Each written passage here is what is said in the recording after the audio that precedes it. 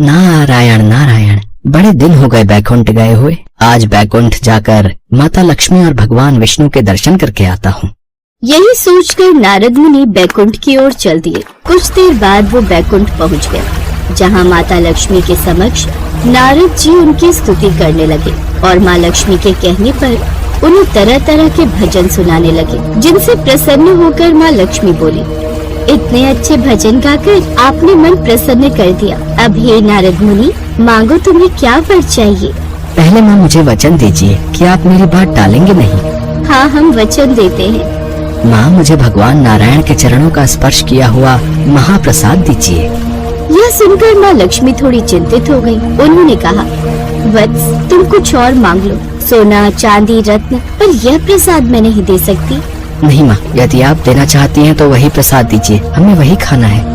तब लक्ष्मी माँ ने समझाया, तुम समझ क्यों नहीं रहे नारद? हम अपने स्वामी के आदेश से बंधे हुए हैं। उनका आदेश है कि ये विशेष प्रसाद किसी को न दिया जाए, और तुम तो भली भांति जानते हो वत्स कि कुछ भी हो जाए, मैं उनकी आज्ञा का उल्लंघन नहीं कर सकती। सोच लीजिए माता, आप स्वयं अपना वचन तोड़ने जा रही हैं।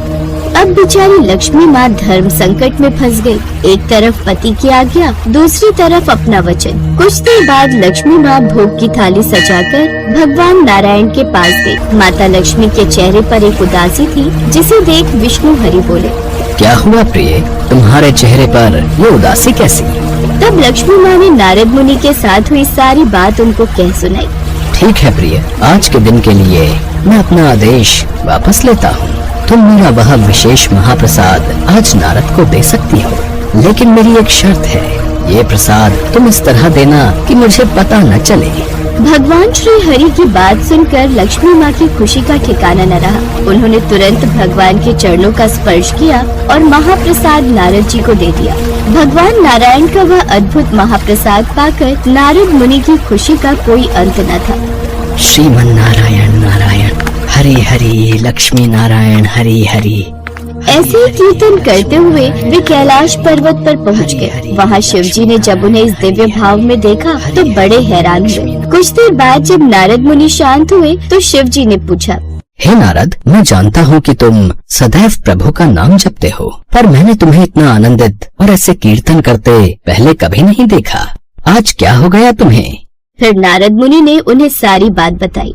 नारद, तुम सच में बहुत भाग्यशाली हो जो तुम्हें स्वयं विष्णु जी का वो विशेष महाप्रसाद मिला।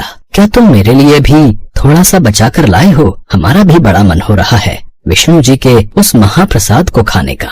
यह सुनकर नारद जी थोड़े उदास हो गए। तभी नारद मुनि ने देखा कि उनकी उंगली पर महाप्रसाद का एक छोटा सा कण लगा हुआ है। उनकी आंखों में चमक आ गई और उन्होंने खुशी से कहा, अवश्य प्रभु, अवश्य, मैं आपके लिए भी महाप्रसाद लाया हूँ। ये देखिए, ये छोटा सा कण सिर्फ और सिर्फ आपके लिए। शिव जी बड़े प्रेम से उस कण को देखने लगे। उन्होंने बड़े आदर से उसे अपने मुंह में रखा। जैसे वह महाप्रसाद का कण उनके मुंह में गया, उसी पल शिव जी के अंदर भी वैसा ही दिव्य भावावेश प्रकट होने लगा। उनके शरीर में भक्ति की लहरें उठने लगी और वे तांडव नृत्य करने लगे। ये देख सभी देवी देवता डर गए। शिव जी के सामने जाने की किसी की हिम्मत नहीं हुई। हे प्रभु, ये क्या हो गया? अब महादेव को कैसे शांत किया जाए? अब तो केवल माँ पार्वती ही उन्हें शांत कर सकती हैं। हमें अभी माँ पार्वती के पास जाना होगा। वो सभी मिलकर माता पार्वती के पास गए। माता, माता, भोलेनाथ जी को शांत करें, नहीं तो पूरे ब्रह्मांड का नाश हो जाएगा। क्या महादेव और तांडव? माता पार्वती तुरंत शिव जी के पास गई। हे स्वामी, आपको अचानक यह क्या हो गया था? आप इस प्रकार क्यों नृत्य कर रहे हैं? हम ये नृत्य क्रोध में नहीं बल्कि प्रसन्नता में कर रहे हैं, जिसका कारण श्री विष्णु का वो विशेष महाप्रसाद है, जिससे मेरे अंदर ये परम आनंद की लहरें उठी। ये बात सुनते ही माता पार्वती ने शिव जी से पूछा, क्या वो प्रसाद इतना आनंदमयी था? तो क्या आपने मेरे लिए भी कुछ महाप्रसाद बचा कर रखा है स्वामी? अब इस बात का शिव जी क्या ही जवाब देते। उन्हें खुद तो इतनी मुश्किल से प्रसाद का वो एक कण मिला था। उन्होंने कुछ नहीं कहा, जिस पर माता पार्वती सब समझ गई और वो शांत रही। लेकिन महादेव को अब वो प्रसाद ज्यादा मात्रा में ग्रहण करने की इच्छा हुई, इसलिए उन्होंने उस प्रसाद की मांग रखी। हमें विष्णु जी का वो आनंदमयी प्रसाद ग्रहण करने की तीव्र इच्छा हो रही है। हमें वो प्रसाद चाहिए। तभी नारद वहाँ आते हैं और महादेव की ये इच्छा सुनकर कहते हैं, परंतु प्रभु, ये कैसे संभव है? आप भली भांति जानते हैं कि माता लक्ष्मी ने कितनी मुश्किल से हमें वो प्रसाद दिया था। हम कुछ नहीं जानते। हमें विष्णु जी का वो आनंदमय प्रसाद चाहिए, मतलब चाहिए। और जब तक हमें वो महाप्रसाद नहीं मिल जाता, तब तक हम किसी से भी बात नहीं करेंगे। हम मौन व्रत धारण कर लेंगे। ऐसे ही कुछ दिन बीत गए। महादेव कैलाश में मौन धारण किए हुए बैठे रहे। फिर एक रोज आखिरकार माता पार्वती माता लक्ष्मी से मिलने गई और उन्हें इस विषय में सारी बात बताई। ये तो बड़ी चिंता का विषय है। मेरी समझ में कुछ नहीं आ रहा अब क्या होगा। विष्णु हरि को इस बात के लिए केवल आप ही मना सकती हैं। आपने उन्हें अपना भ्राता जो बनाया है और वो आपको इस बात के लिए कभी इनकार नहीं करेंगे। माता पार्वती माता लक्ष्मी के साथ विष्णु हरि के पास जाती हैं और उनके महाप्रसाद खाने की महादेव की जिद की बात वो उन्हें बता देती। महादेव को मौन धारण किए आज 5 दिन हो गए। जब से नारद ने उन्हें आपके प्रसाद का एक कण चखाया है, तब से वो एक ही हट पकड़ कर बैठ गए हैं।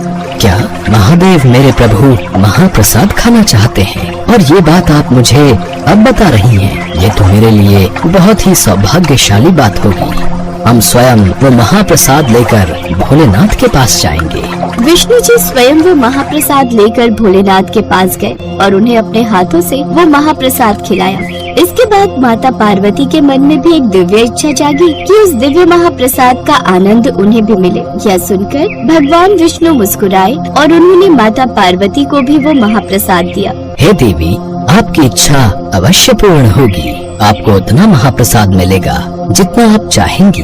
वो प्रसाद खाकर माता पार्वती भी अत्यंत प्रसन्न हुई और उन्होंने भगवान नारायण से कहा, हे प्रभु, अगर आप केवल मुझे ही अपना प्रसाद देंगे तो भी मेरा मन पूरी तरह शांत नहीं होगा। कृपा करके आप ऐसी व्यवस्था करें कि आपका यह दिव्य महाप्रसाद सभी जीवात्माओं को प्राप्त हो सके, यहाँ तक कि जो निम्न योनियों में हैं, वे भी इसे ग्रहण कर सके और उनका उद्धार हो सके।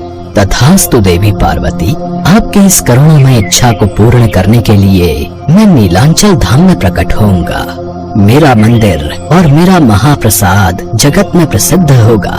जो कोई भी मेरे उस प्रेममय प्रसाद को ग्रहण करेगा, उसका उद्धार होगा। मेरे मुख्य मंदिर के प्रांगण में ही आपका भी मंदिर बनेगा और मेरा प्रसाद सबसे पहले आपको अर्पित किया जाएगा। उसके बाद ही समस्त भक्तों में उसका वितरण होगा। इस प्रकार भगवान श्री हरि जगन्नाथ पुरी धाम में प्रकट हुए। पार्वती देवी वहाँ विमला देवी के नाम से विराजमान है, जिनका मंदिर आज भी मुख्य जगन्नाथ मंदिर के साथ ही है।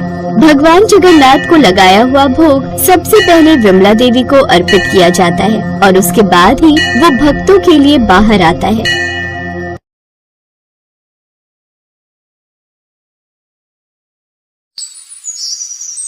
भूख प्यास की परवाह न करते हुए सदैव तपस्या में लीन रहने वाले भगवान शिव को कुछ दिनों से इतनी भूख लग रही थी।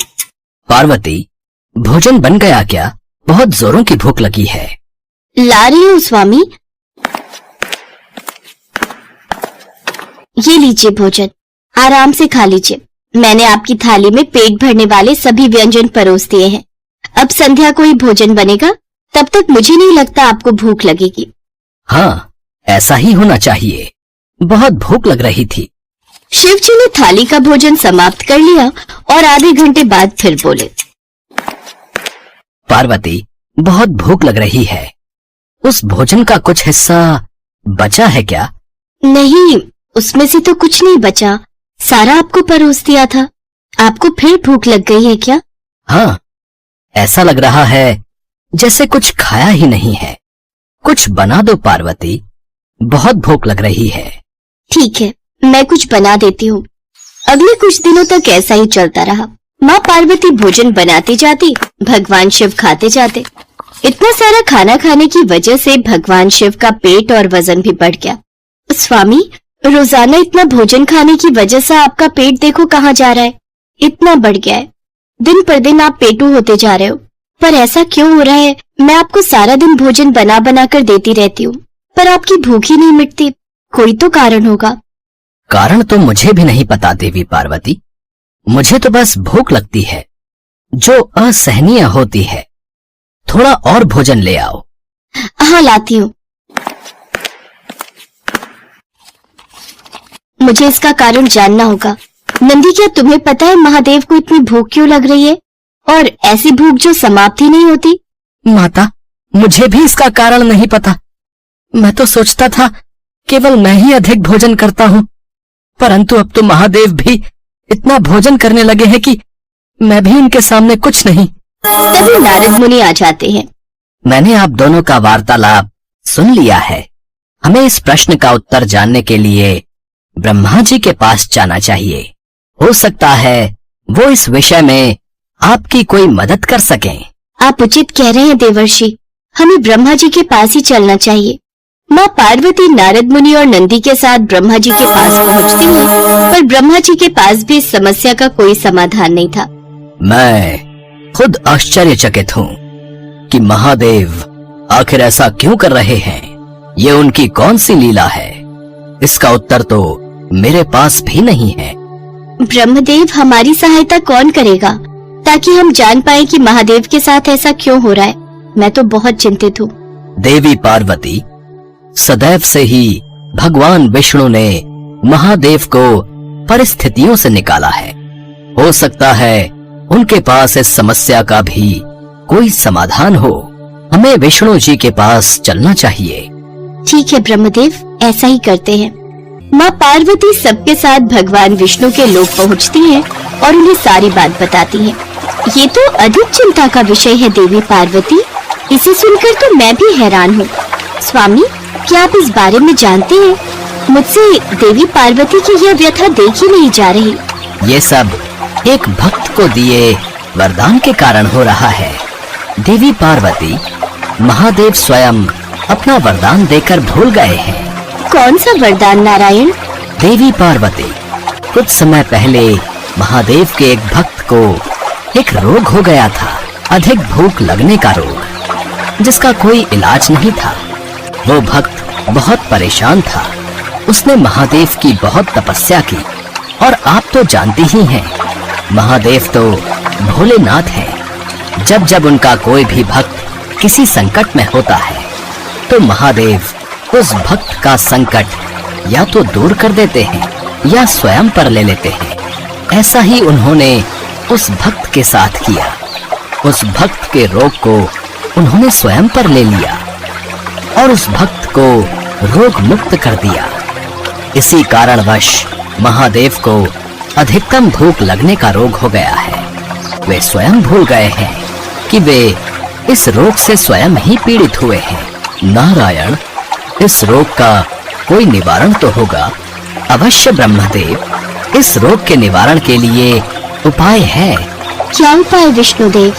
देवराज इंद्र के उद्यान में एक चमत्कारी फल का वृक्ष है। उस फल को खाने के पश्चात महादेव का ये रोग दूर हो जाएगा और वे फिर से सामान्य स्थिति में भोजन करने लगेंगे। फिर तो हमें शीघ्र ही देवराज इंद्र के पास जाना चाहिए। मुझे पहले ही स्थिति का आभास हो गया था, इसलिए मैंने देवराज इंद्र को संदेश भेज दिया था। वे उस फल को लेकर आते ही होंगे। देवराज इंद्र फल लेकर आ जाते हैं। विष्णुदेव, ये फल जो आपने मंगवाया था, ये भूख को सामान्य करने के लिए अति उत्तम फल है। देवी पार्वती, अब आप इस फल को ले जाकर महादेव को खिला दीजिए। उनकी भूख पहले की भांति सामान्य हो जाएगी। धन्यवाद इंद्रदेव, मेरे इस कार्य में सहायता के लिए आप सभी का बहुत बहुत धन्यवाद। माँ पार्वती वह चमत्कारी फल लेकर नंदी के साथ वापस कैलाश पर्वत पर लौट आती हैं और महादेव को वह फल खिला देती हैं। अरे वाह, ये फल तो बहुत स्वादिष्ट है। ऐसा लग रहा है मैं बिल्कुल तृप्त हो गया हूँ। इस फल को खाकर तो मेरी भूख भी शांत हो गई है। माते, लगता है फल ने अपना असर कर दिया है। क्यों? क्या ये कोई चमत्कारी फल था पार्वती? हाँ स्वामी, मैं आपको सारी बात बताती हूँ। माँ पार्वती भगवान शिव को पूरी बात बताती हैं, जिसे सुनकर वे स्वयं पर बहुत हंसते हैं। उन्हें अभी तक यकीन नहीं हो रहा था कि वह सचमुच इतने पेटू बन गए थे कि लगातार खाए ही जा रहे थे। माँ पार्वती की चिंता दूर हो गई और चमत्कारी फल को खाने के पश्चात भगवान शिव की भूख पहले जैसी सामान्य हो गई। इस प्रकार की रोचक कहानियों को सुनने के लिए हमारे इस चैनल को लाइक, शेयर और सब्सक्राइब करें और हाँ, बेल आइकन जरूर दबाएं ताकि रोचक कहानियों का नोटिफिकेशन सबसे पहले आप तक पहुंचे। नमस्कार।